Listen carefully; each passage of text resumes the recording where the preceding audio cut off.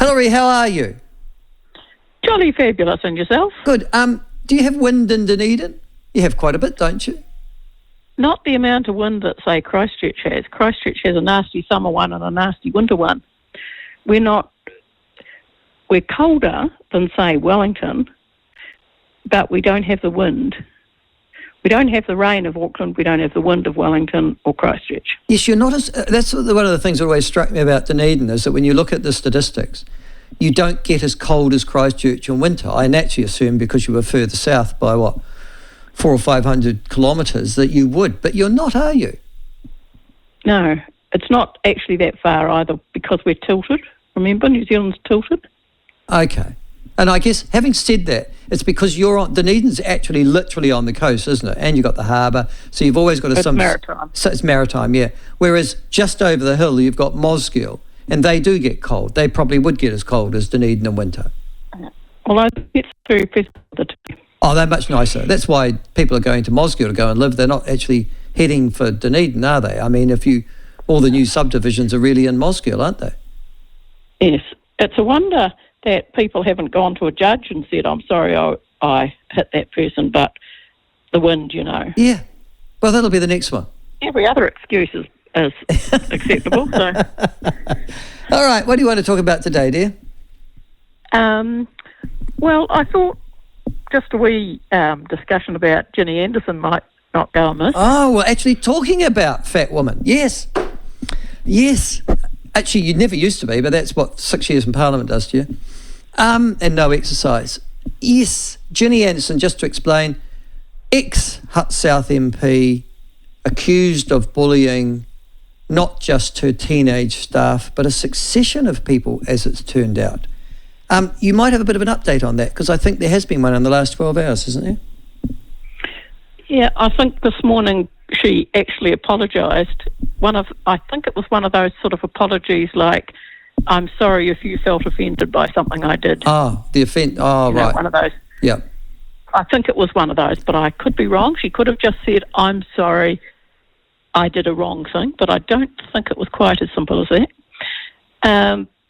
But it's interesting, and it reminds us, and we've had a few, of people who quite clearly are a bit arrogant and a bit pushing other people around, and sometimes Kerry Allen ended up on a spot of bother about that. There wasn't Maggie Barry. Maggie Barry, there's another one. Yep. Anna Lork, the MP for Tuki, the Labour MP for Tuki. Yeah. They're all women. Have you noticed? Yeah, and I don't know whether, my suspicion is that although they were all women, the reason is that people tolerate it less for women and complain more. They assume that no, women are nastier. Push them around and do no, you're nastier. You're nasty with the tongue, you see. Men, men will say you useless bastard and then move on. But women, no. You can't let it go. No, but what the men might do is just favour the young men around the place, for example. Give them better jobs, make women do the worst jobs. No, not if there's an attractive young woman in the office, they won't. Why don't you come with me, dear? No. It depends. Honestly, unless Parliament's changed. Depends whether they find them attractive or not. Well, whether that's true. They're their sort of person. Yes, that's right. And like your discussion earlier about reading tomes in the toilet, yeah. That requires you to either have two toilets, or it requires other people to fit in round this man who thinks that they can monopolise the toilet facilities by reading a book while they're in there. All I can say is... how arrogant. No, bugger off. No. It's part of being a man. Women don't get this. Yeah. A man needs to be able to read in the toilet. End of story. And I'm saying it's part of being a man that they don't mind monopolising the one toilet in the house, even if... Well, why do you think it's become so popular in these days suddenly to build new houses with an ensuite? Because that gives you a second toilet, isn't it? Yes, but I'm saying it doesn't make any difference. They were reading in the first place before they had one. Well, that's true. That is true. They were. I was. And yes. what I suggest to that woman who you've just been speaking to is that Kate. In Central Otago you have fluffy plants. Oh, really? What fluffy plants would they be? well, you've got grey in drought sort of places. Oh, that sort of You've got grey docky plants that are thing. grey, Yeah. silvery colour, Yeah. and they're fluffy, some of them. Have you done and that might yourself? I recommend that instead of your dock leaf? Have you used that Because, yourself? Quite frankly. Well, yes, they're good for a variety of purposes. Is that a They're yes? good for, So am I getting yes, this? yes. That former ACT MP wiped her bum with fluffy dock leaves from Central Otago when caught short once? I have done so. Yes. Oh, God, it fluffy explains plant, so much. Somebody probably knows what it is, but it's also useful for putting under to sleep on. It's not, if you put a whole lot of the leaves down, it's softer to sleep on. All right, well, there you go. Just quite a useful plant, whatever it is. Actually, on that, the French think we're disgusting. The French and some European nations consider that the British use and the New Zealand use, therefore, of toilet paper is disgusting. They think that's unhygienic and appalling. And that's why they invent bidets. So when you go into a European, as you do, actually in China too, I noticed a couple of years ago, you go into one of their hotels, there's the bidet. And then there's the toilet. Have you ever used a bidet? No, and I can't see how you could do that without your hands being involved. All I'm saying. I think it's also got something to do with, like, some races of people, and I'm not wanting to generally send down the racist thing here, but have less hair on various places of themselves. Oh, yes, because British women are That's hairy. helpful. That's right. They're hairy down there too, aren't they? That's right. Well, you're saying the Europeans aren't because they're a bit more sophisticated, a bit more evolved, you think?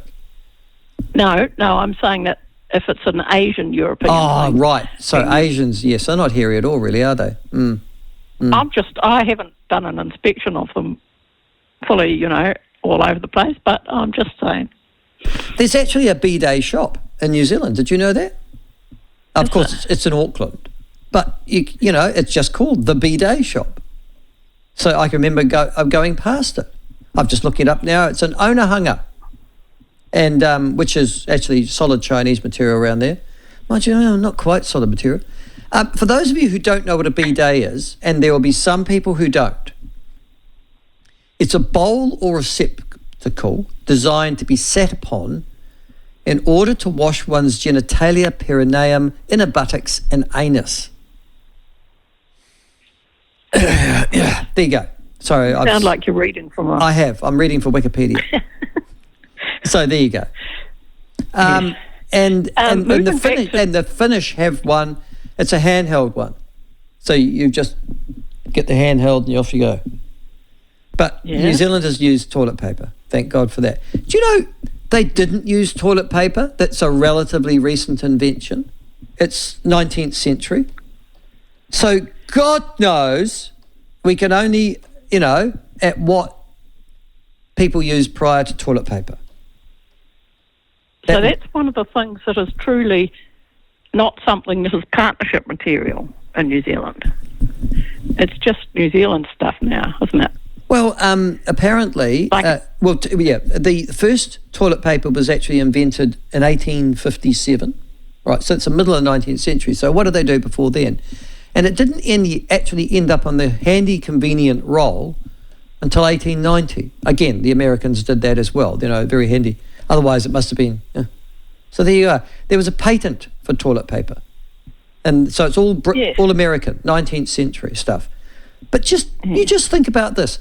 So what were you doing before 1857? Humanity. And that's why the Arabs, what are the Arabs? They don't wipe you, you don't shake their right hand or something like that, or is it their left hand? Or they only shake your hands with your left? And in some cases, like sponges. Sponges, yes, they did use sponges. Yeah, that's right. Anyway, moving off that topic just for a brief moment. Oh, damn, it's so interesting. No, they did. They used a sponge on a stick. That's right. But that was the Romans. Ginny, they were clean, the Romans. Back to Ginny Anderson for a moment. Yeah. I was reflecting on her telling off, from what it sounds like she did, one of her staff members or several of them for not working hard enough on her behalf. And I was thinking, when you think of whether people are allowed to spend more money on a campaign or not, would you also make a rule that says the voluntary amount of money people spend on your campaign is limited? Because some people have much more access to voluntary workers than others, don't they?